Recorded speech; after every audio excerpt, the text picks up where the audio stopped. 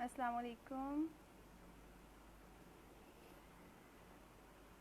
मेरी आवाज़ आ रही है आप सबको? काइंडली ज़रा मुझे मैसेज कर दें, यहाँ पे कमेंट में कर दें ताकि मुझे पता चले कि आवाज़ आ रही है कि नहीं।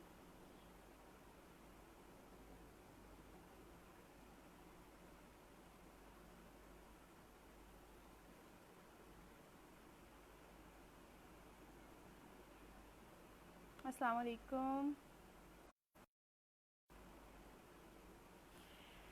काइंडली बता दें, एक दो कमेंट्स कर दीजिए कि आवाज़ आ रही है कि नहीं।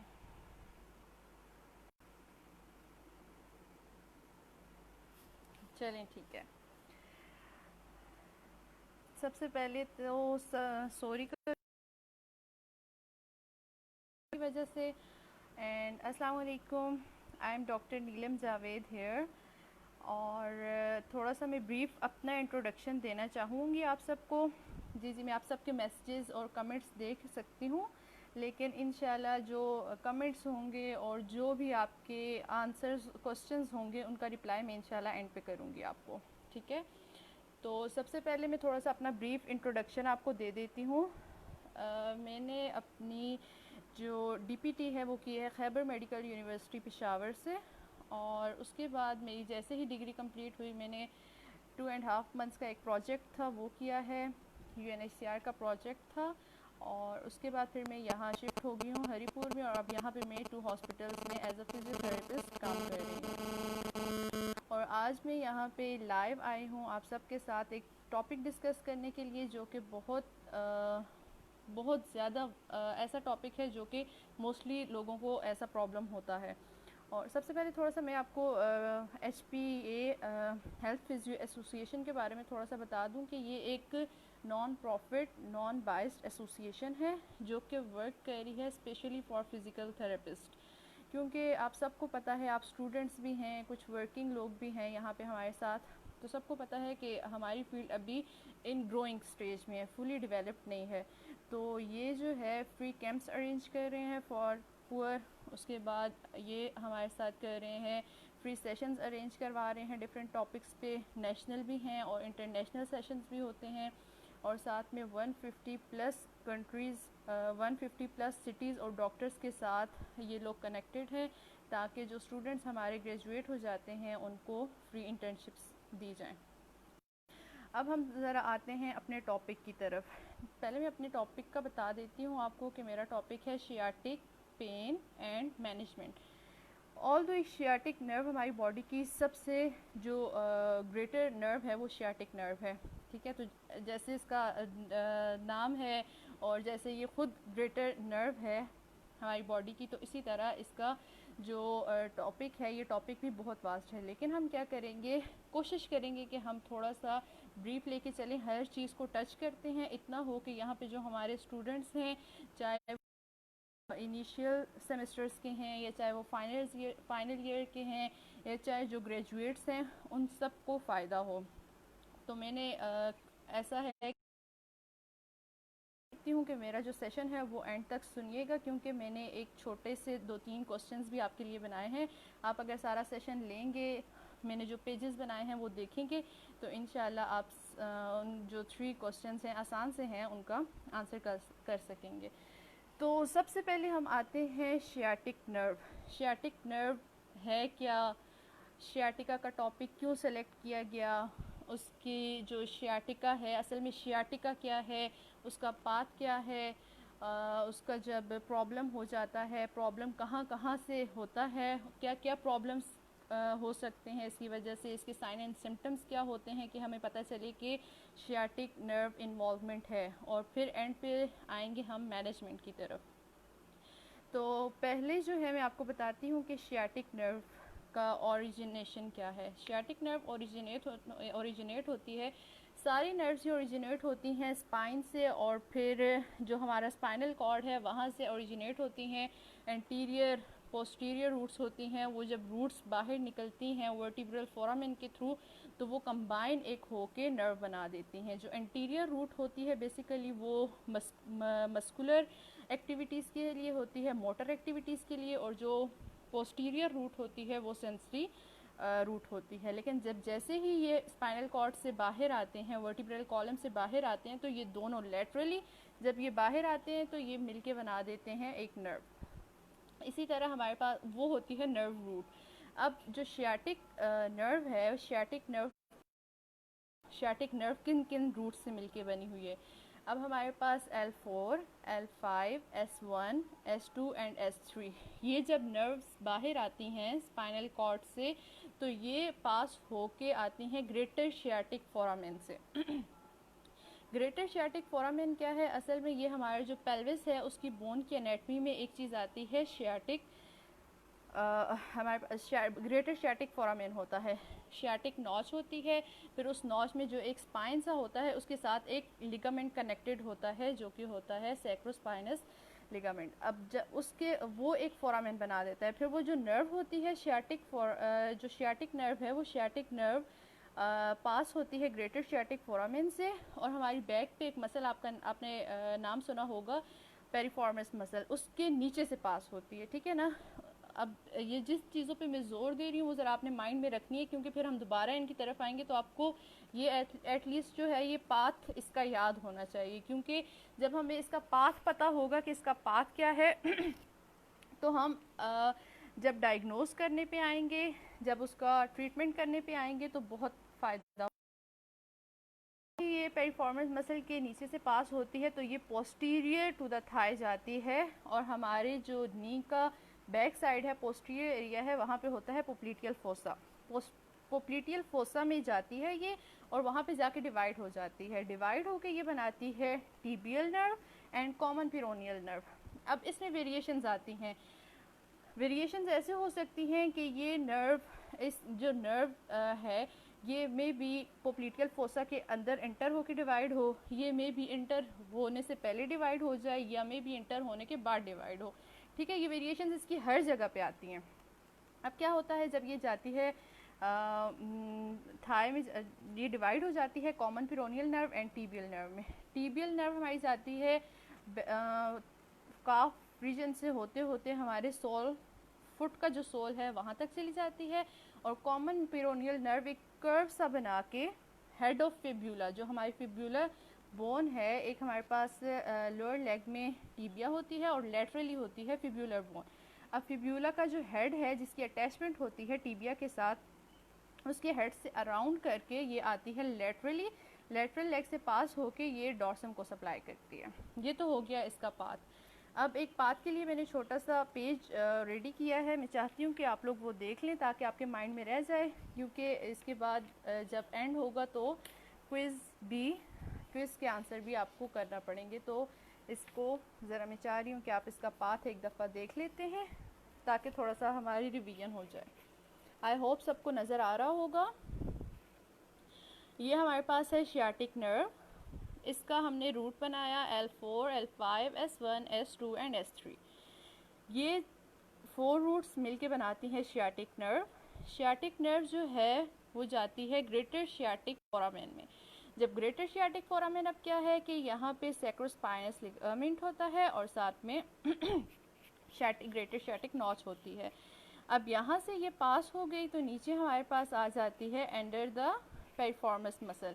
अब पेरिफॉर्मस मसल्स की अटैचमेंट भी ज़रूरी है और इसका वर्क भी ज़रूरी है, क्योंकि जब हमें अटैचमेंट्स पता होंगी, पेरिफॉर्मस मसल का वर्क पता होगा, तो आगे जाके जब हमारी एक प्रॉब्लम आएगी कि पेरिफॉर्मस सिंड्रोम, तो उसमें फिर हम पेरिफॉर्मस को डिस्कस करेंगे। पेरिफॉर्मस की जो ओरिजिन और इंसर्शन है वो हमारे पास ओरिजिनेट करता है, और ग्रेटर ट्रोकेंटर ऑफ फीमेल आके इसकी होती है। उसके बाद हमारे पास पोस्टीरियर थाई से पास होती हुई जाती है पोप्लीटियल फोसा में। पोप्लीटियल फोसा जाती है tibial and common peroneal nerve में। टीबियल नर्व पोस्टीरियरली ही पास होके सोल ऑफ द फुट तक चली जाती है, और common peroneal nerve head of the fibula के अराउंड टर्न करती है और लेटरल लेग से कनेक्शन का प्रॉब्लम आ रहा है, सॉरी फॉर दैट। उसमें मैं कुछ नहीं कर सकती, अपनी तरफ से मैंने कोशिश की है कि प्रॉब्लम ना आए, बट अब क्या हो सकता है। अब इसके बाद हम बात करते हैं कि अगर नर्व का कहीं पे भी प्रॉब्लम आ जाता है, चाहे वो at the level of spinal cord आता है, चाहे at the level of lumbar region आता है, चाहे at the level of leg, किसी भी रीजन में प्रॉब्लम आ जाता है, तो इसकी जो साइन एंड सिम्टम्स हैं वो क्या होंगे। तो साइन एंड सिम्टम्स में हमारे पास होगा पिन्स एंड नीडल। अच्छा, जब भी नर्व का इन्वॉल्वमेंट होती है, चाहे वो अपर लिम इन्वॉल्वमेंट हो या चाहे वो लोअर लिम में नर्व की इन्वॉल्वमेंट हो, ठीक है, नर्व की इन्वॉल्वमेंट कहीं पे भी होगी तो pins and needles, numbness, paresthesia, ये चीज़ें मस्ट होंगी। उसके बाद बर्निंग एंड टिंगलिंग सेंसेशन होती है। पेशेंट ये भी कंप्लेन करता है कि बस हर वक्त जो है वो टांग हमारी सुन सी रहती है, या इसमें बस मीठा मीठा दर्द रहता है। ये पेशेंट की जो ज़ुबान होती है ना, मतलब पेशेंट ऐसे कहते हैं। ये हो गए हमारे पास साइन एंड सिम्टम्स। अब जब हम आते हैं कि इसके कॉजेज़ और मैनेजमेंट क्या है, तो अब कॉजेज़ की तरफ आते हैं। नर्व इन्वॉल्वमेंट जब हो जाती है, अब कॉजेज़ सबसे पहले हम स्टार्ट करते हैं प्रॉक्सिमल टू द डिस्टल जाते हैं, ठीक है। प्रॉक्सिमल से अगर स्टार्ट करते हैं तो हमारे पास सबसे पहले ओरिजिनेशन इसकी कहाँ से है, L4 से लेके S3 तक है। तो वहाँ पे अगर लंबर एरिया में या जो हमारे पास सैक्रम एरिया है उसमें अगर डिस्क का प्रॉब्लम आ जाएगा, डिस्क की हर्निएशन हो जाएगी, वो मे बी यूनिलेटरल हो सकती है या फिर सेंट्रल हो सकती है, ठीक है, और बायलेटरल सिम्टम्स आ सकते हैं। डिस्क की हर्निएशन हो गई जिसमें आ गया यूनिलेटरल और बायलेटरल। इसी तरह फिर आ सकती है स्टीनोसिस। स्टीनोसिस भी सेंट्रल हो सकती है या फिर यूनिलेटरल फोरामिनल स्टीनोसिस हो सकती है, ठीक है। उसके बाद अगर हम आते हैं फैसेट जॉइंट होता है। मैं इसलिए एक सीक्वेंस से बता रही हूँ, प्रॉक्सिमल टू डिस्टल जा रही हूँ ताकि आपके माइंड में रहे कि जब क्वेश्चंस मैं आपके सामने रखूँ तो आप फ़ौरन आपके माइंड में आए कि हाँ जी ये ऐसे था। अच्छा, फैसेट जॉइंट्स होते हैं क्योंकि हमारे जो टू होते हैं वर्टिब्रास कनेक्टेड होते हैं थ्रू फैसेट जॉइंट्स।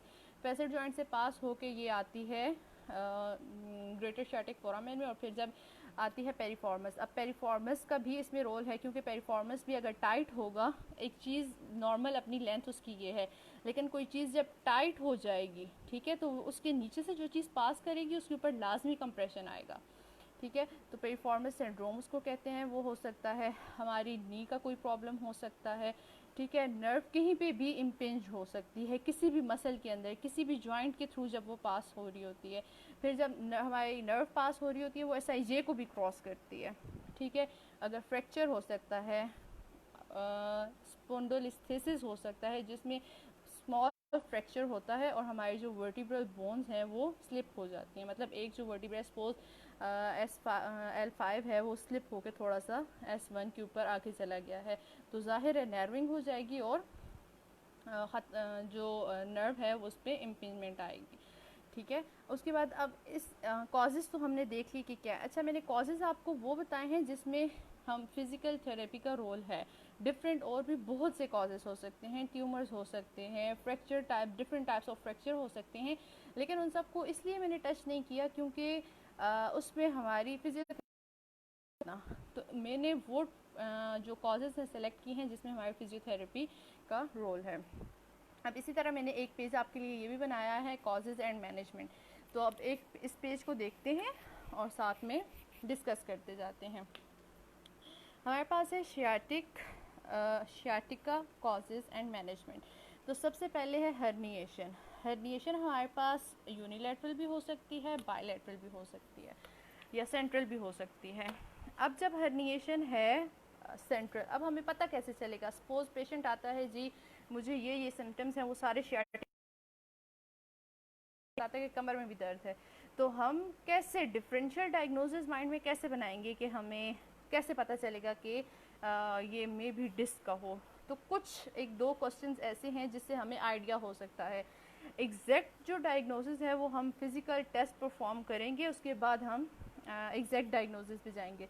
लेकिन हमारा जो मेन है, क्योंकि हर पेशेंट को बंदा एक एक दो दो घंटे नहीं दे सकता, तो पेशेंट की जो हमारे पास एग्जामिनेशन होती है, हम कोशिश करते हैं कि उसी में ही जाके पेशेंट्स की जो डिफरेंशियल डायग्नोसिस हैं, एक हैं, दो हैं, तीन हैं, जितने भी बनते हैं हमारे माइंड में होता कि फिर हम उसके इर्द गिर्द जाके वो टेस्ट परफॉर्म करके तो हम डायग्नोस कर लेते हैं। अगर सपोज हमें पेशेंट कहता है कि जी मुझे ये प्रॉब्लम है, और मेरे माइंड में क्लिक जाता है कि मे बी ये डिस्क का प्रॉब्लम हो, डिस्क प्रोलैप्स का हो, हर्निएशन का हो, तो उससे मैं क्या करूँगी? उससे पहला क्वेश्चन मैं ये करूँगी कि ये प्रॉब्लम स्टार्ट कैसे हुआ, प्रॉब्लम कैसे स्टार्ट हुआ, आपका मेन जो पेन है वो कहाँ पे है, ठीक है। वो कहते हैं जी मेन जो है वो बैक में है, प्रॉब्लम थोड़ी सी वो हिस्ट्री देते हैं। फिर मैं पूछूंगी अच्छा आपने कोई भारी चीज़ तो नहीं उठाई थी, कोई भारी चीज़ उठाते हुए टर्न तो नहीं किया था। फिर सबसे पहले ये है कि अच्छा आपको सेंटर में पेन है या एक, अक्सर पेशेंट्स आते हैं वो कहते हैं कि जी हमें कमर में दर्द है। पूछा जाए कि कहाँ दर्द है, जिस दरमियान में दर्द है, लेकिन जब उनको चेक किया जाता है तो उनको पेन यूनिलेटरल होता है। फिर बाद में हमें पता चलता है कि वो जो रेडिएट कर रहे हैं वो भी एक साइड पे रेडिएट कर रहे हैं। तो अच्छा पेशेंट से पूछा जी आपने कोई भारी चीज़ तो नहीं उठाई है, वो तो वो कहते हैं कि नहीं।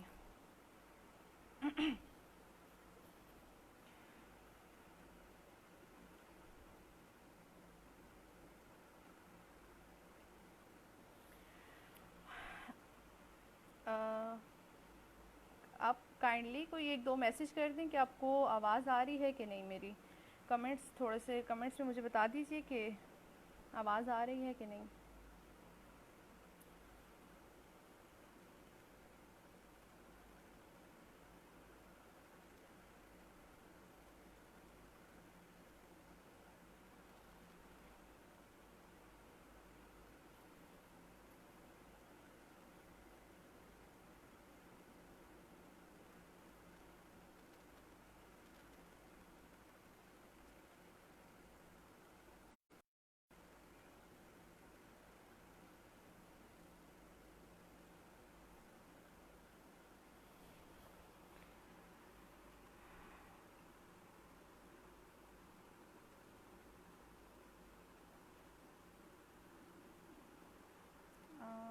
काइंडली कोई एक दो कमेंट्स कर दीजिए कि आपको आवाज़ आ रही है कि नहीं।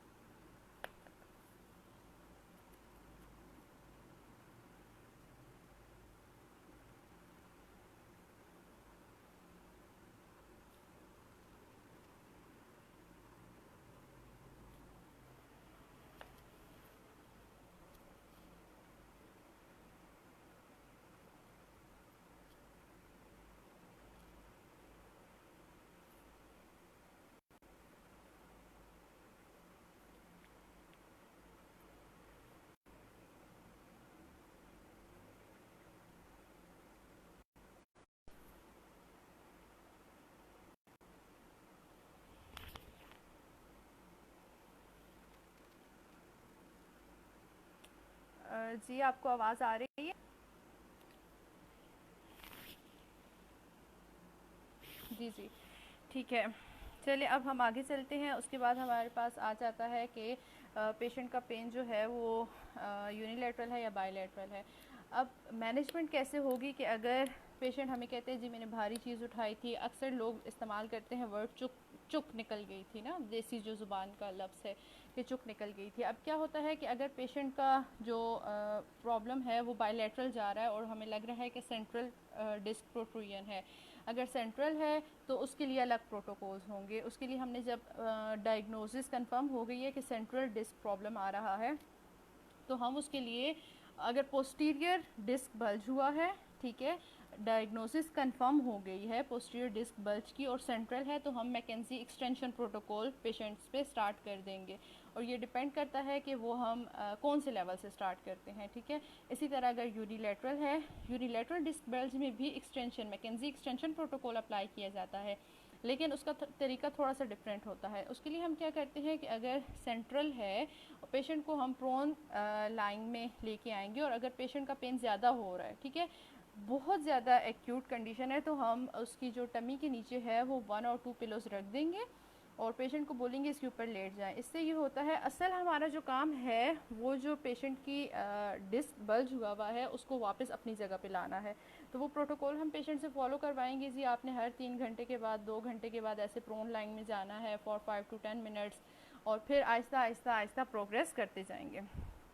उसके बाद हमारे पास आती है यूनिलैटरल, हमारे पास आती है स्टीनोसिस। अगर केस स्टीनोसिस का है, पेशेंट के पास एमआरआई की रिपोर्ट है जी स्टीनोसिस हुई हुई है, हमने अपने टेस्ट परफॉर्म किए हैं, उसमें हमें कंफर्म हो गया है स्टीनोसिस है, इसमें पेशेंट हिस्ट्री ये देगा कि मुझे बैठने से आराम आता है, लेकिन जब मैं ज़्यादा चलता हूँ और मैं सीधा होकर लेटता हूँ, क्योंकि जब स्टीनोसिस का पेन होगा वो वो जो है वो एक्सटेंशन, जिन एक्टिविटीज़ में हमारे पास एक्सटेंशन होती है उसमें पेन देगा।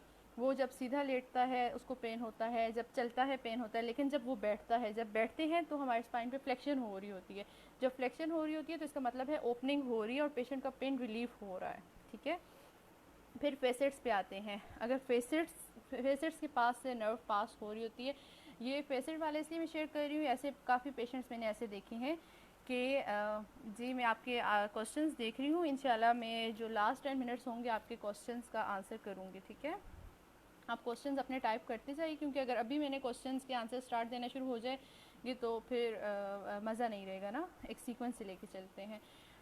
अगर फेसेट लॉकिंग हो रही है, इसमें पेशेंट की हिस्ट्री ये होती है जी मैं सो के उठा तो एकदम से बस पेन शुरू हुआ था, या मैंने कोई भारी चीज़ उठा के टर्न किया तो मुझे पेन स्टार्ट हो गया। जब फिज़िकल एग्ज़ाम हम करते हैं पेशेंट की extension along with side bending rotation ipsilateral side पे जब करवाएंगे तो पेशेंट को उसमें पेन आ रहा होता है, और साथ में जब हम वहाँ पे पालपेट करते हैं तो वहाँ पे पेशेंट की टेंडरनेस होती है। अब फेसेट का जो है इतना ट्रिकी है ये फेसेट जॉइंट कि इसका जब अगर आप रिलीज़ कर देंगे फेसेट जॉइंट को, पेशेंट का जो बैक पेन है और अगर उसकी वजह से नर्व पेन आ रहा है, नर्व पे कंप्रेशन आ रही है, तो वो पेशेंट का पेन एकदम से जो है वो ख़त्म हो जाता है। ठीक है, फेसेट के बाद हम आते हैं एसआईजे पे। अगर एसआईजे में प्रॉब्लम हो रहा है, एसआईजे के डिफरेंट टेस्ट करेंगे, उसमें जी पेशेंट को प्रॉब्लम हो रहा है और साथ में नर्व का भी प्रॉब्लम आ रहा है, तो फिर हम एसआईजे को ट्रीट करने की कोशिश करेंगे।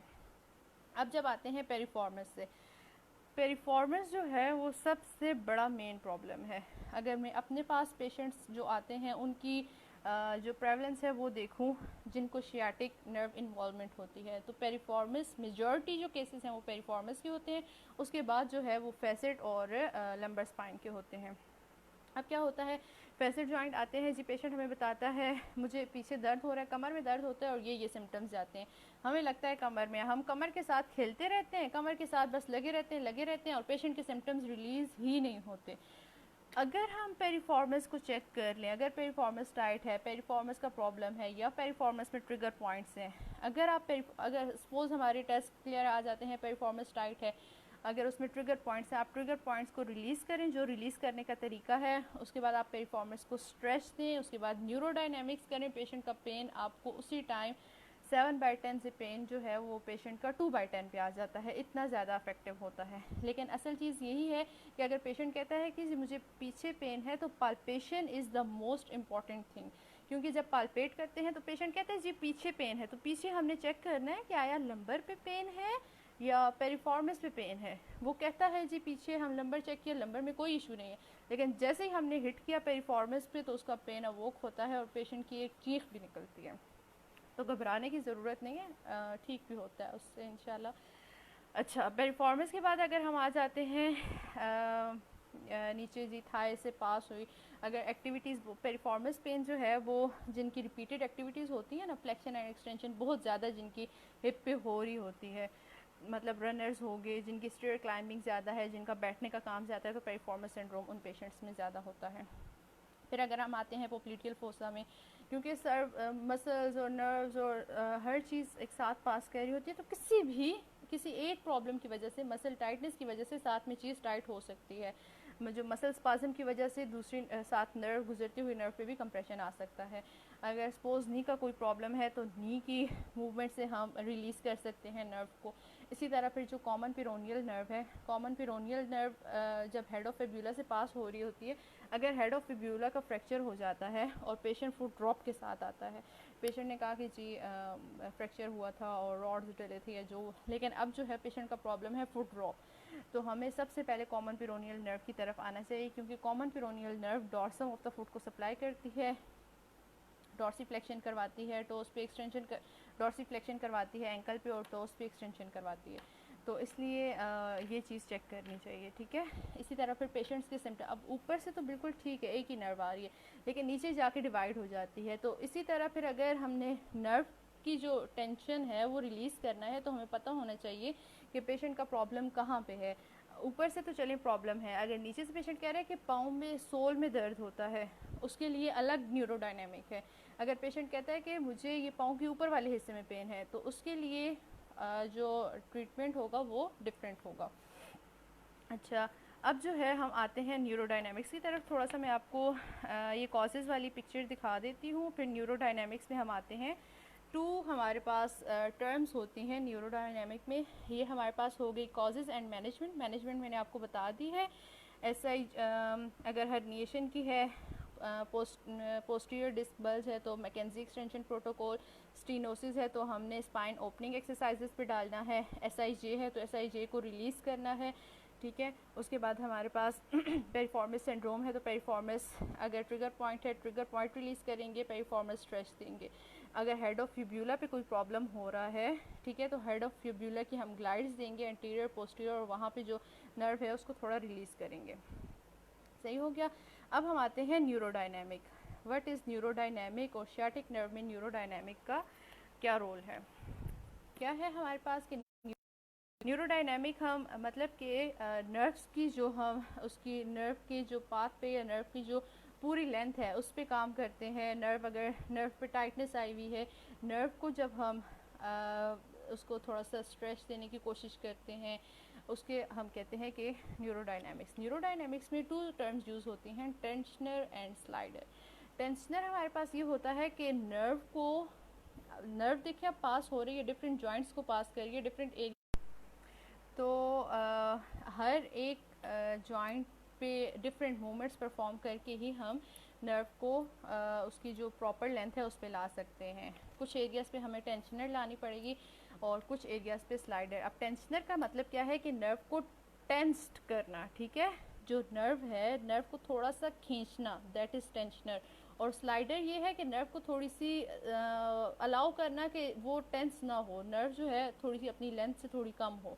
अच्छा, इसका फ़ायदा क्या होता है कि अगर सपोज़ नर्व की जो टेंशन आ रही है, नर्व जो थोड़ी सी प्रॉब्लम कर रही है, नर्व की जो थोड़ी सी टाइटनेस आ रही है वो हमारे पास आ रही है नी एरिया पे, और हम सारे का सारा न्यूरोडायनेमिक एक ही दफ़ा अप्लाई किया तो पेशेंट का पेन बहुत ज़्यादा हो जाता है। जब हमें पता चल गया है, हमने डिफरेंट कंपोनेंट्स परफॉर्म किए, जब हमें पता चल गया है कि जो प्रॉब्लम है वो नी पे है, तो हम क्या करेंगे, बाकी जगह पे नर्व को स्लाइडर में रख के टेंशन में लेके आएंगे नर्व को एट द नी। जब नी से टेंशन रिलीज हो जाएगी, असल प्रॉब्लम तो नी में था ना, नी की वजह से नर्व पे इशू आ रहा था, जब नी से हम रिलीज कर देंगे और फिर एंड पे जाके पूरी न्यूरोडायनेमिक करेंगे तो पेशेंट का पेन फिर बिल्कुल भी नहीं आएगा। बजाय इसके कि हम बस पूरी नर्व के साथ लगे रहें, स्ट्रेच देते रहें और पेशेंट का पेन भी रहे, ठीक है। एक तो ये है। अब जो इसकी नर्व की जो न्यूरोडायनेमिक है सियाटिक नर्व की, हमारे पास होती है हिप पे flexion with adduction, internal rotation, components हैं ना नर्व के। उसके बाद नी पे एक्सटेंशन, और फिर अगर हम आते हैं, नॉर्मली हम बस कहते हैं जी इसको सियाटिक नर्व के लिए न्यूरोडायनेमिक्स दे दें तो वो बस हिप पे फ्लेक्शन करवाइए, एडक्शन, इंटरनल रोटेशन, नी पे एक्सटेंशन करवा के हम बस डॉर्सिफ्लेक्शन में ले जाते हैं जी यही सियाटिक नर्व की न्यूरोडायनेमिक है। नहीं, ये सियाटिक नर्व की नहीं, ये कॉमन टिबियल नर्व की है, क्योंकि आगे जाके ये दो में डिवाइड हो गई है। अगर पेशेंट का पेन आ रहा है डॉर्सन पे और प्रॉब्लम कर रही है कॉमन पिरोनियल नर्व, और आप दे रहे हैं stretch for tibial nerve, sciatic nerve का आप स्ट्रेच दे रहे हैं लेकिन डॉर्सिफ्लेक्शन कर रहे हैं, तो इससे जो टेंशन आई हुई है कॉमन पिरोनियल नर्व पे वो रिलीज़ नहीं होगी। हमने क्या करना है, इसके लिए हमें प्लांटर फ्लेक्शन करनी पड़ेगी। अगर पिरोनियल नर्व का प्रॉब्लम आ रहा है तो हमें इस पे करनी पड़ेगी प्लांटर फ्लेक्शन, और अगर टिबियल नर्व का प्रॉब्लम आ रहा है तो उस पर हमें करनी पड़ेगी डॉर्सिफ्लेक्शन। ये इसके नर्व के कंपोनेंट्स हैं, ठीक है। अब जो है मैं देखती हूँ आपके क्वेश्चंस की तरफ आते हैं कि अगर अच्छा, अब जितने भी ये प्रॉब्लम्स हैं हमारे पास लंबर एरिया से लेके हमारे पास फुट तक जितना भी प्रॉब्लम आ रहा है सियाटिक नर्व का, तो अगर जो भी है, ठीक है, हमने प्रॉब्लम्स को रिजॉल्व किया, ठीक है, जो भी था, लंबर का प्रॉब्लम था, डिस्क का प्रॉब्लम था, फैसेट का था, स्टीनोसिस का था, एसआईजे का था, पेरिफॉर्मस का था, नी पे है या जो हेड ऑफ फिब्यूला पे है उस पे है, उन सब को अगर हमने रिलीज़ कर दिया है तो एंड पे जाके हमें शियाटिक नर्व के लिए न्यूरोडायनेमिक मस्ट करना होगा। ठीक है, हर प्रॉब्लम को सेपरेट, जो जो प्रॉब्लम था उसको ट्रीट करने के बाद एंड पे न्यूरोडायनेमिक्स मस्ट करते हैं। नॉर्मली ऐसे किया जाता है स्पाइन लाइन में SLR करवा के और फिर डॉर्सिफ्लेक्शन और प्लांटर फ्लेक्शन जो भी करवाएं, तो उसका एक आसान तरीके इसमें ये होता है कि जो फिजिकल थेरेपिस्ट होता है उसकी बहुत ज़्यादा एफर्ट लगती है ना, तो बिल्कुल खड़े होके वो फिर लेग का वेट भी आपको संभालना पड़ता है, एक्सटेंशन रखनी पड़ती है, नी पे हिप की प्रॉपर मूवमेंट्स रखनी पड़ती हैं। तो हम क्या करते हैं, पेशेंट को अगर सपोज पेशेंट की लेफ़्ट लेग का प्रॉब्लम है और लेफ़्ट लेग के लिए आप न्यूरोडायनामिक लेना चाह रहे हैं, तो पेशेंट को साइड लाइन पे लेटाएंगे, राइट साइड लाइन पे पेशेंट को लेके आएंगे, फिर हिप पे flexion, reduction, internal rotation, knee पे एक्सटेंशन और डॉर्सिफ्लेक्शन और प्लांटर फ्लेक्शन, वट जो भी आप करना चाह रहे हैं वो करेंगे, वो आसान होगा एज़ कम्पेयर टू जब SLR करवाएंगे। ठीक है, तो ये हमारे पास मैनेजमेंट होगी है। ये ब्रीफ सी मैंने दी है ताकि थोड़ा सा जो स्टूडेंट्स भी हैं उनको भी थोड़ी सी हेल्प मिल जाए। शियाटिक नर्व है क्या, उसका पाथ क्या है, प्रॉब्लम्स, कॉजेज़, मैनेजमेंट, और जो प्रैक्टिसिंग यहाँ पे हमारे साथ जिन्होंने ज्वाइन किया हुआ है उनको भी आई ट्राइड के थोड़ी सी हेल्प मिल जाए। अब हम करते हैं क्वेश्चंस की तरफ आती हूँ। मैं 5 to 10 मिनट्स आपके क्वेश्चंस देखना चाहूँगी कि क्वेश्चंस किस टाइप के हैं और आंसर करती हूँ। उसके बाद मेरे पास 3 क्वेश्चंस हैं आप सबके लिए, तो बी रेडी फॉर दैट। अगर जिसने अटेंड किया है ये सेशन तो इंशाल्लाह वो आराम से क्वेश्चंस के आंसर दे सकते हैं।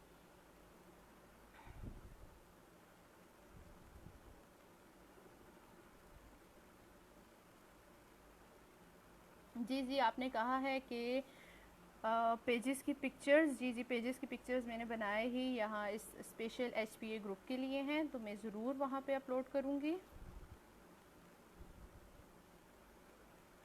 एंड काफ़ी सारे स्टूडेंट्स ने ज्वाइन किया हुआ है। थैंक्स टू दोज जिन्होंने कहा है informative session.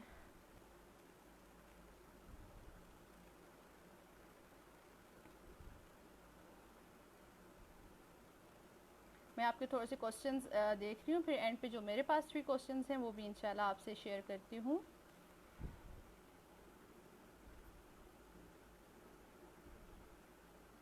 Thank you so much to all. मैं हर एक का नाम नहीं ले पा रही क्योंकि मुझे थोड़ा जल्दी स्क्रॉल करना है नीचे कि अगर कोई क्वेश्चन मेरी नज़र में आए, और अगर अभी आपका कोई क्वेश्चन है तो अभी भी आप टाइप करें ताकि मुझे आंसर कर सकूं। किसी का भी कोई क्वेश्चन है? अच्छा, एक ने कहा है कि मैम इंटरनल रिडक्शन किसकी करवाएंगे? इंटरनल रिडक्शन जो है हिप पे करवाएंगे, हिप पे। अब देखिए जब हम नर्व के लिए स्ट्रेच, जैसे मसल का स्ट्रेच देते हैं ना कि मसल को पूरा हम लेंथ में ले जाके उसको स्ट्रेच देते हैं, इसी तरह ये कंपोनेंट्स डिफरेंट जॉइंट्स पे इसलिए डिज़ाइन हुए हुए हैं कि मैक्सिमम स्ट्रेच आए। तो hip at the region of hip and thigh जो maximum stretch for sciatic nerve आएगा वो जब हम हिप पे फ्लेक्शन करवाएंगे, adduction along with internal rotation. ठीक है, हिप पे ये 3 मूवमेंट्स होंगी तो हिप पे पूरी टाइट हो जाएगी नर्व। सही हो गया?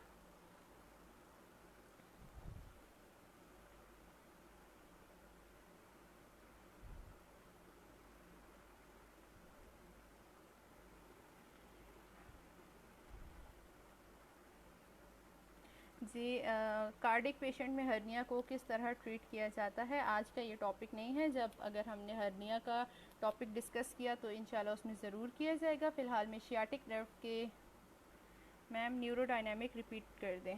ठीक है, देखिए न्यूरोडायनेमिक ये होता है कि नर्व को हम स्ट्रेच दें। ठीक है, नर्व अगर नर्व की कहीं पे इम्पिंजमेंट हो रही है, ये कहीं पे नर्व स्टिफनेस हो रही है, नर्व की टाइटनेस हो रही है, तो हम नर्व को एट द उसके जो स्ट्रेच है उस पूरे स्ट्रेच पे लेके आए।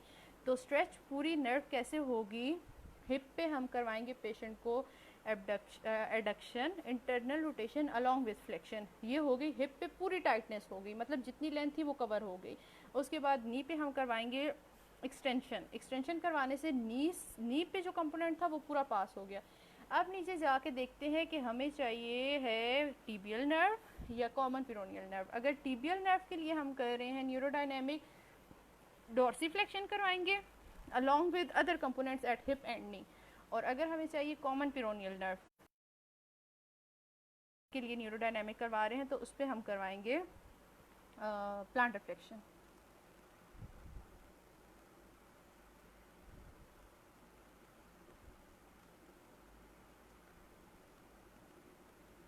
जी व्हाट इज़ पैरेस्थीसिया। पैरेस्थीसिया जो है वो हमारे पास एबनॉर्मल सेंसेशन होती है।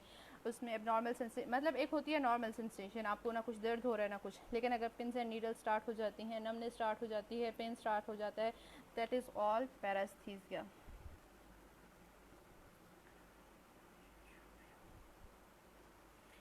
अच्छा, हाउ मच रिपीटिशंस जो हैं वो डिपेंड करता है कि पेशेंट के कंफर्ट पे, और दूसरा ये कि पेशेंट के जो सिम्टम्स हैं वो कम हो रहे हैं कि नहीं।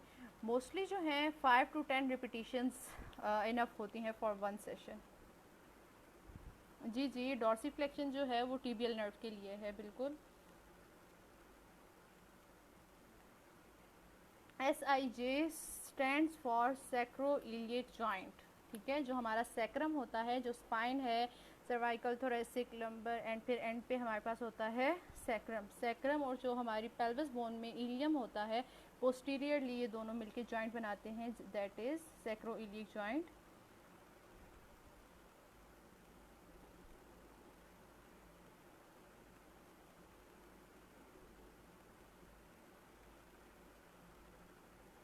जी एस्थमा का और बैक पेन का कोई इतना ख़ास लिंक नहीं है। आप प्रॉपर उनकी डायग्नोसिस करवाइए, ठीक है, क्या प्रॉब्लम है उनको। बैक प्रॉब्लम की एक रीज़न नहीं है। आज मैंने सिर्फ शियाटिक पेन को डिस्कस किया है, बैक पेन के डिफरेंट कॉजेज़ हो सकते हैं।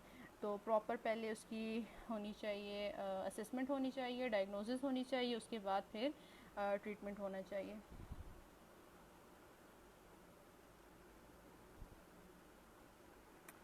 एक ने इकरा नूर ने कहा है मैम एक्सरसाइज बता दें, एक्सरसाइज फॉर व्हाट।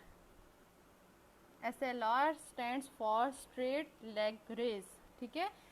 जब बंदा स्पाइन लाइन में लेके जाते हैं और पेशेंट को कहते हैं कि टांग बिल्कुल सीधी उठाएं, मतलब हिप पे फ्लेक्शन करें, नी पे एक्सटेंशन करके हिप पे फ्लेक्शन ऊपर लेके जाएं, that is SLR straight leg raise. What is stenosis. Stenosis का मतलब होता है शॉर्टनिंग या नैरोइंग, ठीक है। तो अगर नैरो हो रहा है, हमारा जो इंटरवर्टिब्रल जॉइंट है वो नैरो हो रहा है, या एट जो हमारा जो स्पाइनल कॉलम है वो नैरो हो रहा है, दैट इज स्टीनोसिस। जो शियाटिक नर्व का मेन फंक्शन क्या है। शियाटिक नर्व का जो मेन फंक्शन है वो हमारे पास की, ठीक है। What are the contraindications. Contraindications for what. Neurodynamics के लिए पूछ रहे हैं कंट्राइंडिकेशंस क्या हैं, या किस चीज़ के लिए कंट्राइंडिकेशन। शियाटिक पेशेंट का गेट पैटर्न किस टाइप का होगा। देखें, जब भी किसी भी पेशेंट को लेग का प्रॉब्लम होता है ना, तो उसका जो गेट है उसका शॉर्ट स्टेप हो जाता है। जिस लेग में उसको पेन होता है ना, उसका शॉर्ट स्टेप हो जाता है। अगर में आ रहा है इसकी डिस्क की वजह से है, तो जब हम टेस्ट परफॉर्म करेंगे या जब उसकी फिजिकल एग्जामिनेशन करेंगे और पोस्टीरियर डिस्क बल्ज होगी, तो पेशेंट की जो लॉर्डोसिस है वो डिक्रीज़ हुई भी होगी। पेशेंट की रिपीटेड फ्लेक्शन जब करवाएंगे तो पेशेंट का पेन ज़्यादा हो जाएगा। पहले एक्सटेंशन हमने करवाई, सपोज 10 थी, रिपीटेड 5 टाइम्स फ्लेक्शन करवाई, फ्लेक्शन करवा के जब एक्सटेंशन करवाएंगे तो पेशेंट की 10 से रेंज जो है वो डिक्रीज़ होकर 8 to 7, वो ऑलरेडी डिस्क बल्ज है पोस्टीरियरली, हमने फ्लेक्शन करवा के वो डिस्क बल्ज को और इंक्रीज़ किया, पेशेंट की जो एक्सटेंशन है वो और कम हो गई है, ठीक है।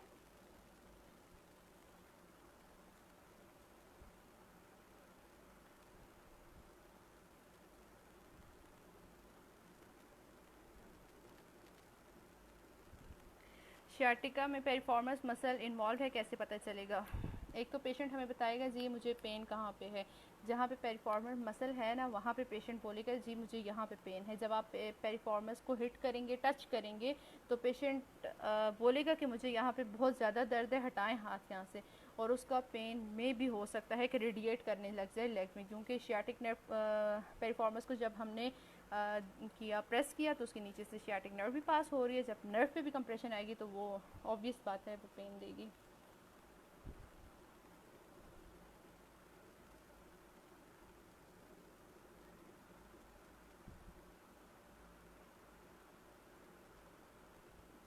शियाटिक पेरिफॉर्मस मसल को चेक करने के लिए जो स्ट्रेच है पेरिफॉर्मस मसल का, मोस्टली हम क्या करते हैं, जो अगर सपोज राइट लेग का चेक करना चाह रहे हैं तो लेफ़्ट लेग को हम नी पे फ्लेक्शन और हिप पे फ्लेक्शन करके रखेंगे। फिर उसके बाद जो राइट लेग का सपोज करना चाह रहे हैं चेक, राइट जो फुट है उसको हम दूसरी लेग पे रख के पेशेंट को बोलेंगे अपनी तरफ करेंगे, या फिर हम खुद उसको स्ट्रेच देंगे। तो जैसे ही हमें ये जो है ये पेरिफॉर्मस मसल का स्ट्रेच है। How to treat facet joint locking. अच्छा, फैसेट जॉइंट लॉकिंग जो मेरा ट्रीटमेंट की जो टेक्निक्स में अप्लाई करती हूँ और बहुत बेस्ट जाती हैं, उसमें ये होता है कि फैसेट जॉइंट अब अगर लॉक हुआ हुआ है, तो जब जब फैसेट जॉइंट लॉक हुआ हुआ है तो उसके जो ऊपर मसल्स होते हैं ना वो स्पाज़म में चले जाते हैं। तो कभी भी ऐसा नहीं करना चाहिए कि एकदम से आप ग्रेड 5 में जाएं और अनलॉक करें। नेवर डू दिस, क्योंकि ऑलरेडी मसल्स ऊपर स्पाज़म में, एक तो ये है कि वो छोड़ेगा नहीं, जो फैसेट जॉइंट लॉक हुआ हुआ है उसको छोड़ेगा नहीं। दूसरा ये कि पहले आप जब मसल्स को थोड़ा ऊपर रिलैक्स करेंगे, सॉफ्ट टिश्यू वर्क करेंगे मसल्स के ऊपर, वो मसल थोड़ा रिलैक्स हो जाएगा। तो जब आप फैसेट को अनलॉक करना चाहेंगे तो वो आराम से जो है अनलॉक हो जाएगा। अनलॉकिंग के लिए लंबर की जो अनलॉकिंग ग्रेड 5 है, मैनिपुलेशन कहते हैं ग्रेड 5 को, उसके लिए पेशेंट को साइड लाइन में लेटाते हैं, जो हिप है उस पर फ्लेक्शन करवाते हैं, पालपेट करते हैं जिस एरिया पे हम अनलॉक करना चाह रहे हैं। जब वहाँ पे मूवमेंट स्टार्ट हो जाती है तो लेग को उसी रेंज में, फ्लेक्शन की रेंज में रख के पेशेंट को कहते हैं अब यहीं पे रखनी है, ठीक है। फिर उसके बाद जो हमारा शोल्डर है वहाँ से पेशेंट की हम रोटेशन करवाते हैं। 2-3 रिपीटिशंस के बाद बस एकदम से ग्रेड 5 दे के अनलॉक कर देते हैं। How can we differentiate sciatic pain and low back pain. देखिए, लो बैक पेन जो है उसमें शियाटिक इन्वॉल्वमेंट हो सकती है, ठीक है, ये दोनों इंटरकनेक्टेड हैं, हो सकता है। लेकिन मोस्टली पेशेंट्स को सिर्फ लो बैक पेन भी होता है, उसके डिफरेंट कॉजेज़ हैं। लेकिन जब शियाटिक पेन पेशेंट का होगा ना, मैंने आपको बताया वो पूरी नर्व है, और नर्व सिर्फ बैक में नहीं, ये पूरे पाँव तक जा रही है, तो वो डिफरेंट एरियाज में बताएगा जी मुझे टांग में दर्द हो रहा है, कमर से दर्द आ रहा है, टांग में लेटरल हो रहा है, पोस्टीरियर दर्द हो रहा है, या काफ रीजन में हो रहा है, पाँव में हो रहा है। तो ऐसे डिफ्रेंशिएट हम कर सकते हैं। पैरास्थीजिया का जी मैंने ऊपर भी बता दिया है, एबनॉर्मल सेंसेशंस होती हैं, एक होती हैं नॉर्मल सेंसेशंस, और जब पिन्स एंड नीडल स्टार्ट हो जाएंगी, नमनेस हो जाएगी, तो that is paraesthesia abnormal sensations. Paraesthesia is basically abnormal sensation.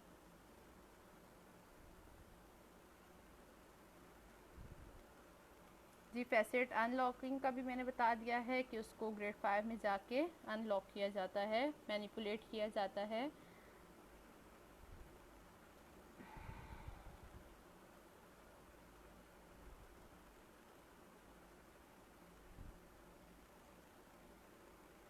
अगर किसी का क्वेश्चन मिस हो जाए तो दोबारा रिपीट कर दीजिए, मैं आंसर कर दूँगी, ठीक है।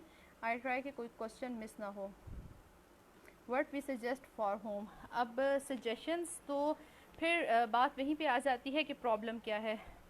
बैक पेन का प्रॉब्लम है, डिस्क का प्रॉब्लम है, उसके लिए पेशेंट का होम प्लान अलग होता है, ठीक है। उसमें मैकेंजी एक्सटेंशन पूरा प्रोटोकॉल पेशेंट को बताया जाता है आपने कैसे करना है, ठीक है, कितनी रिपीटिशंस करनी है। फिर अगर पेरिफॉर्मस है तो उसका स्ट्रेच दिया जाता है और न्यूरोडायनेमिक्स भी पेशेंट को जो होम प्लेन है, जो सेल्फ न्यूरोडायनेमिक है, वो पेशेंट को दी जाती है, जो कि मैंने आपको आसान बता दी है कि साइड लाइन पे लेके जाएंगे, हिप पे flexion, flexion abduction, internal rotation, knee पे फ्लेक्शन, नी पे एक्सटेंशन, सॉरी।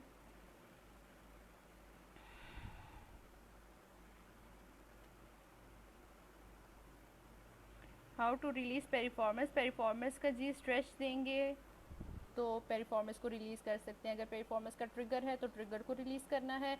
अगर पेरिफॉर्मस स्पाज़म में है या टाइट है तो उसको उसकी टाइटनेस ख़त्म करनी है, उसका स्ट्रेच देना है। पता नहीं ये क्वेश्चन। जी जी, इलेक्ट्रोथेरेपी फॉर पेन रिलीज दे सकते हैं। मसल अगर स्पाज़म में है तो आप पेशेंट को इंफ्रा दे सकते हैं, टेंस दे सकते हैं, क्योंकि ये मोडेलिटीज़ जो हैं वो पेन रिलीफ के लिए हैं, बिल्कुल दे सकते हैं। लेकिन जो इलेक्ट्रोथेरेपी है उससे भी ज़्यादा अगर आप हैंड जोन पे तवज्जो दें, अपनी हैंड जो प्रैक्टिसिंग है उसको बेस्ट करेंगे ना, तो आपको शायद इलेक्ट्रोथेरेपी की ज़रूरत भी ना पड़े। लेकिन electrotherapy can also be used.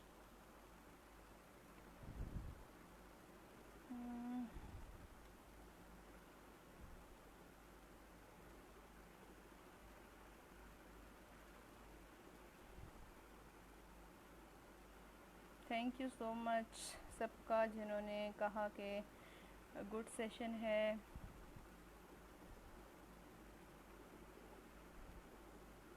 चलिए क्वेश्चंस अभी शायद बहुत नीचे चले गए, मैं ये भी साथ साथ अटेंड करती हूँ।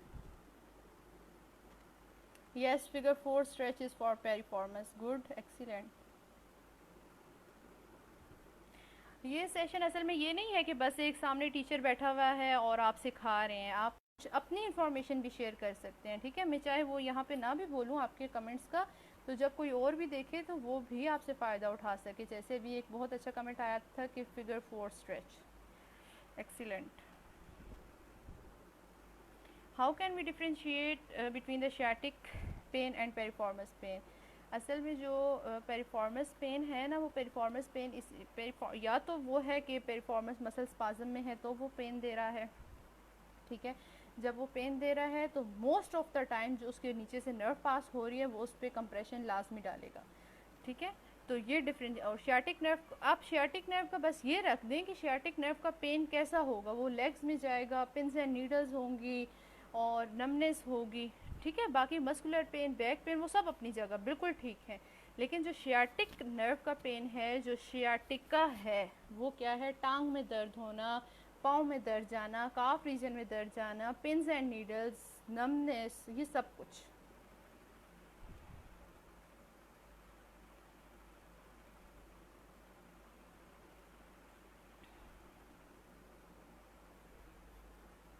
जी जी, sciatica is the pain due to sciatic nerve.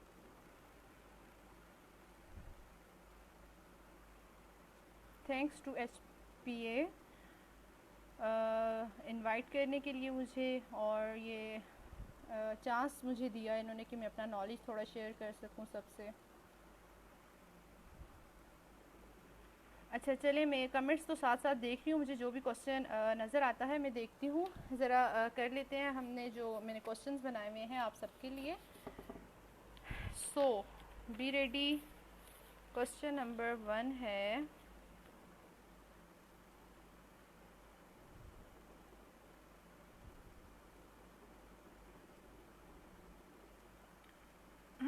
Y sciatica occur in pregnancy? अच्छा, ऑल टाइम्स नहीं होता, ठीक है, लेकिन होता भी है प्रेगनेंसी में। इसलिए होता है कि एक रिलैक्सन हार्मोन होता है, वो हमारी बॉडी में रिलीज़ होता है, ठीक है। तो जॉइंट्स की लेग्सिटी इंक्रीज़ हो जाती है। तो जब जॉइंट हाइपर लेग्स हो जाते हैं तो मसल्स के ऊपर जो है वो थोड़ी जो नर्व के ऊपर है, नर्व के ऊपर फिर स्ट्रेच भी, क्योंकि हर जॉइंट की जब रेंज इंक्रीज़ हो जाएगी तो नर्व के ऊपर जो स्ट्रेच है वो भी ज़्यादा हो जाएगा। तो फिर जो शियाटिक पेन है वो इस वजह से हो सकता है। दूसरा ये कि लॉर्डोसिस इंक्रीज़ हो जाती है। जब लॉर्डोसिस इंक्रीज़ हो जाती है तो भी शियाटिक नर्व पे कंप्रेशन आता है, इस वजह से भी शियाटिका इन प्रेगनेंसी हो सकता है।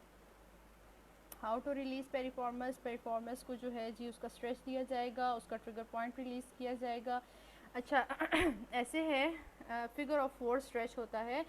सपोज़ अगर मैं राइट लेग पे पेरिफॉर्मस का स्ट्रेच देना चाह रही हूँ तो मैं अपनी लेफ़्ट लेग को हिप पे फ्लेक्शन और नी पे फ्लेक्शन करके रखूँगी, और राइट फुट जो है वो अपनी में एट द नी रखूँगी, ठीक है, लेफ़्ट नी के ऊपर रखूँगी। और फिर उस जो मेरी लेफ़्ट लेग है उसको मैं थाई से पकड़ के अपनी तरफ खींचूँगी। ठीक हो गया? ये जो है वो पेरिफॉर्मस का बहुत आसान सा स्ट्रेच है।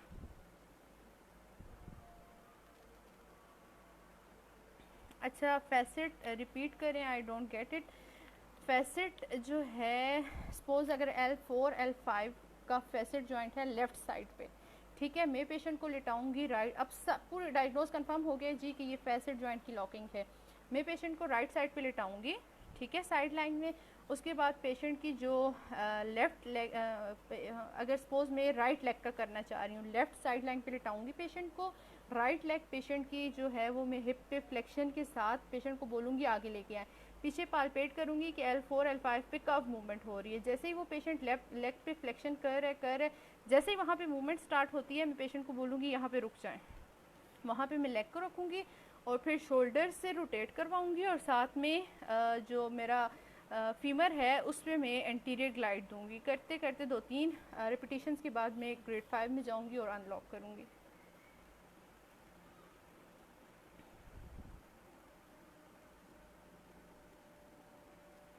जी इंशाल्लाह अगर मुझे फिर दोबारा कभी चांस मिला तो मैं ज़रूर फैसेट अनलॉकिंग का बताऊँगी। और अगर किसी का फैसेट का प्रॉब्लम है और आपने अनलॉक कर दिया है तो आप उस पेशेंट के एक्सप्रेशन से आपको खुशी मिलेगी, क्योंकि वो पेशेंट का जो उस ट्रीटमेंट सेशन के बाद जो बात होती है ना, वो कहते हैं कि आपके हाथ में जादू है, ठीक है। और ये फैसेट का पेन वाकई ही एक जादू की तरह ठीक हो जाता है।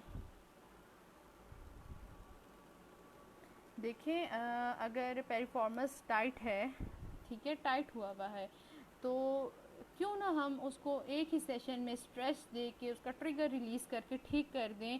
आया इसके कि जी उसको टैपिंग किया जाए, उसकी टैपिंग के थ्रू स्ट्रेचिंग की जाए, तो टैपिंग से भी ज़्यादा बेस्ट स्ट्रेचिंग है, ठीक है।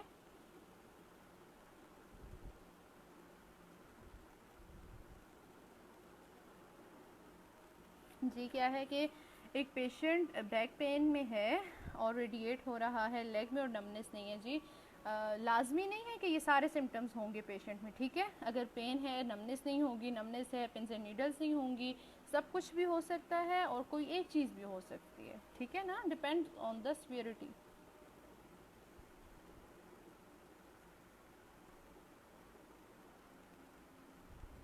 For sciatica which movements have to avoid. फिर बात वहीं आ जाती है कि असल प्रॉब्लम क्या था। अगर सपोज डिस्क बल्ज की वजह से पेशेंट को है प्रॉब्लम, तो जाहिर है पेशेंट को हम बोलेंगे आपने भारी चीज़ें नहीं उठानी हैं, झुकने वाले काम नहीं करने हैं, ज़्यादा देर बैठना नहीं है, ठीक है। इसी तरह स्टीनोसिस का है तो पेशेंट को हमने ये बोलना है कि आपने प्रोलॉन्ग वॉक से परहेज़ करनी है, बिल्कुल सीधा नहीं लेटना है, टांगे मोड़ के लेटना है, ठीक है।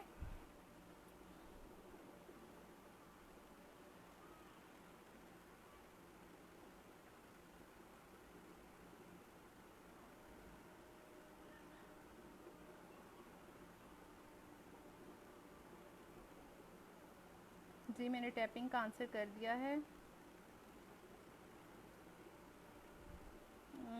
शैटिक पेन कुछ पेशेंट्स को जस्ट थाई तक होता है कि रेडिएट करता है, दोनों की मैनेजमेंट सेम होगी। अच्छा ऐसा होता है कि अब शैटिक नर्व जो है वो पेन किस वजह से था, ठीक है ना। शैटिक जो थाई तक पेन आ रहा है, जब हमारे पास हम करते हैं जो डिस्क बल्जिंग होती है, ठीक है, तो उसकी जब हम ग्रेडिंग करते हैं तो उसमें भी होता है 1 2 3 4 5 6 7, उसमें भी हमें फिर पता चलता है एक में जो है सिर्फ बैक में होता है, फिर रेडिएट करता है लेग में, फिर लेग से नीचे जाता है काफ रीजन तक, फिर फुट में इवन ये। तो रीजंस ये हो सकती हैं, ठीक है, कौन से ग्रेड की लियन हुई है।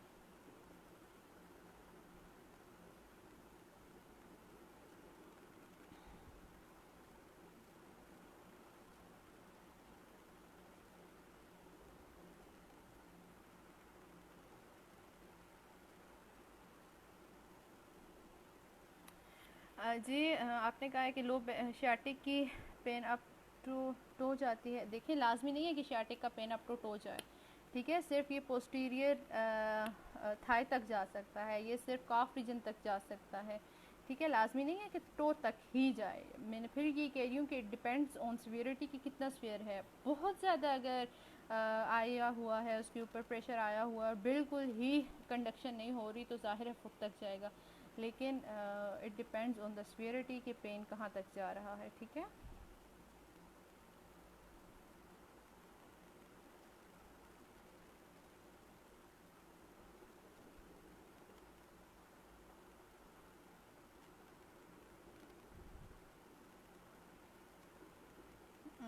क्वेश्चंस मैं देख रही हूँ आपके, मैं कोशिश कर रही हूँ आपके क्वेश्चंस कंप्लीट हो जाएं उसके बाद ही मैं अपना करूँ, क्योंकि फिर मुझे एंड वाले देखने पड़ेंगे, तो कोई चाह रही हूँ कि कोई क्वेश्चंस मिस ना हो जाए ना।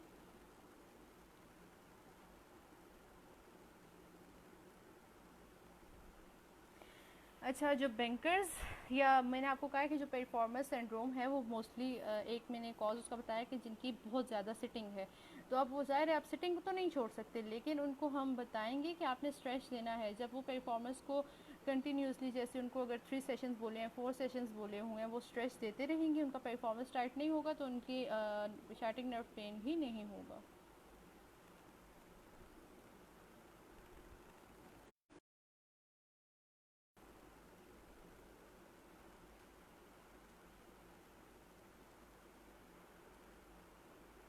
How can we differentiate that facet joint. जी, फैसेट जॉइंट जो है पेशेंट का एक तो पॉइंटेड पेन होगा, जब पेशेंट बोलेगा जी मुझे इसमें दर्द हो रहा है और नीचे जा रहा है, तो जब हम हिट करेंगे फैसेट जॉइंट पे तो वो जगह टेंडर होगी पेशेंट की, इर्द गिर्द कहीं भी पेन नहीं होगा, फैसेट जॉइंट टेंडर होगा। फिर जब पेशेंट की एक्सटेंशन करवाएंगे पेशेंट को इप्सिलेटरल पेन होगा, ipsilateral rotation, ipsilateral side bending along with extension करवाएंगे तो पेशेंट को पेन होगा। तो ये शो करता है क्योंकि इन सब से पेशेंट फेसेट जॉइंट पे कंप्रेशन आती है, तो अगर वहाँ पे पेन हो रहा है, साथ में पाल्पेशन में भी हमें पता चल गया, तो इसका मतलब यही है कि फेसेट है।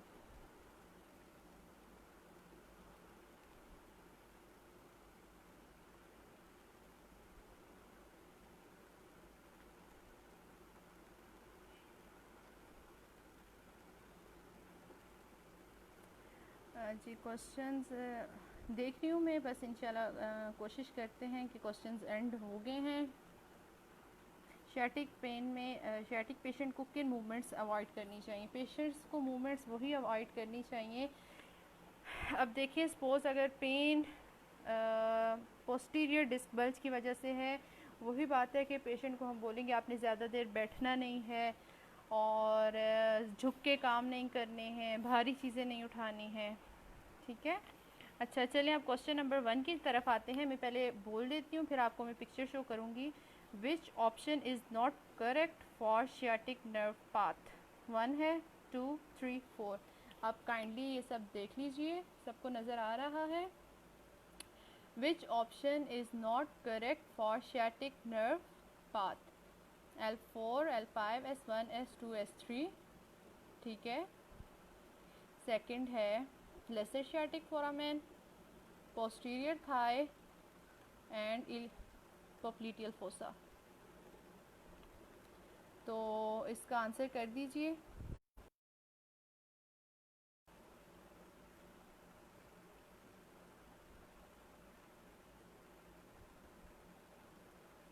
ऑप्शन 1 इसका आंसर है, 2 है, 3 है और 4 है।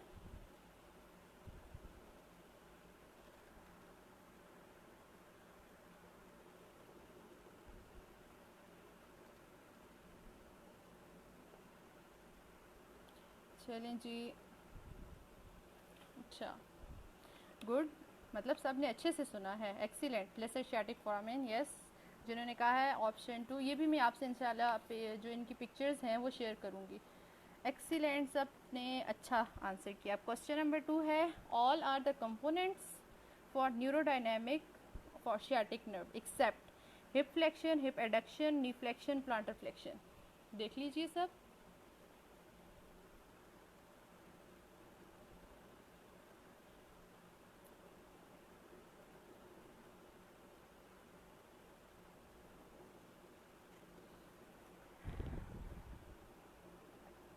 जी, all components for the neurodynamic for sciatic nerve except, इसका आंसर बता दीजिए मुझे क्वेश्चन नंबर 2 का।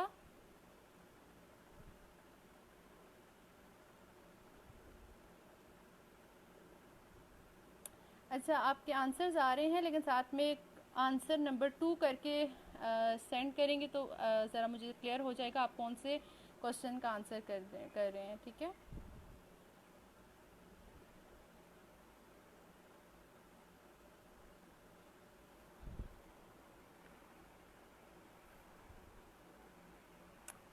जी, no.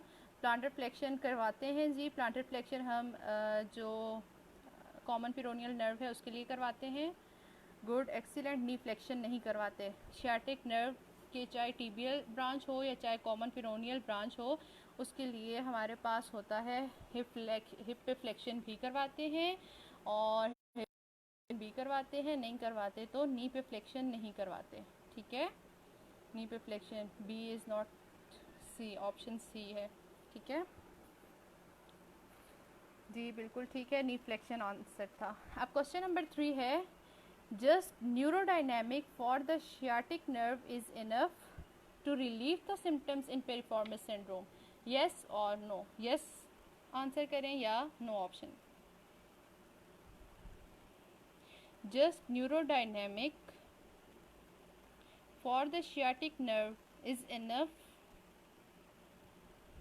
in piriformis syndrome, yes or no?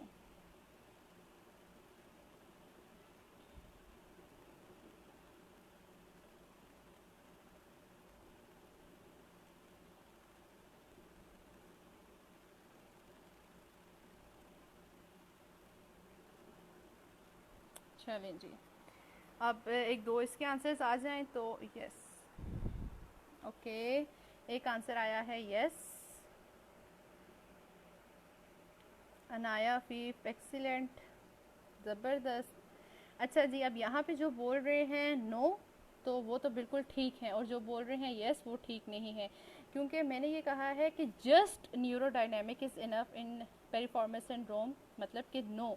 अगर पेरिफॉर्मस सिंड्रोम है तो सिर्फ न्यूरोडायनेमिक्स का काम नहीं चलेगा। मसला कहाँ पे है? पेरिफॉर्मस में है। पेरिफॉर्मस का ट्रिगर रिलीज़ करेंगे, पेरिफॉर्मस का स्ट्रेच देंगे, उसके बाद न्यूरोडायनेमिक करेंगे तो फ़र्क आएगा, वरना नहीं आएगा। ठीक है, तो अब यहाँ पे मैं अपनी जो लाइव ब्रॉडकास्ट है उसको फिनिश करती हूँ। Thank you so much all of you, आप सब ने टाइम दिया, मेरे क्वेश्चंस के आंसर किए, ये सेशन अटेंड किया, और इंशाल्लाह उम्मीद करते हैं कि दोबारा भी आप सबके साथ मिलेंगे और अच्छी अच्छी बातें शेयर होंगी, इंफॉर्मेशन गिव एंड टेक होगी इंशाल्लाह। और thanks to H P A के जो जितनी भी टीम है उस सब के लिए स्पेशल थैंक्स कहना चाहूँगी कि उन्होंने एक तो मुझे मौका दिया और इतना ग्रेट वर्क कर रहे हैं। And thank you so much. अल्लाह हाफिज़, दुआ में याद रखिएगा सब।